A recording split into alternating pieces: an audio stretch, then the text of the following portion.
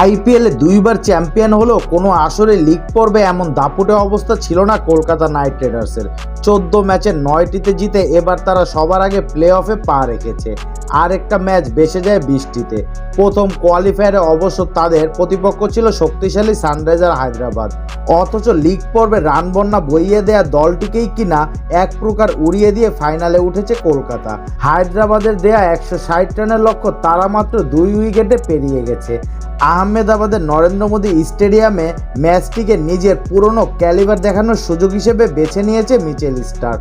অথচ আইপিএল ইতিহাসে সবচেয়ে দামি এই অস্ট্রেলিয়ান গতির তারকা চলমান সপ্তদশ আইপিএলের শুরু থেকে বেশ খরুচে বোলিং করে আসছিল।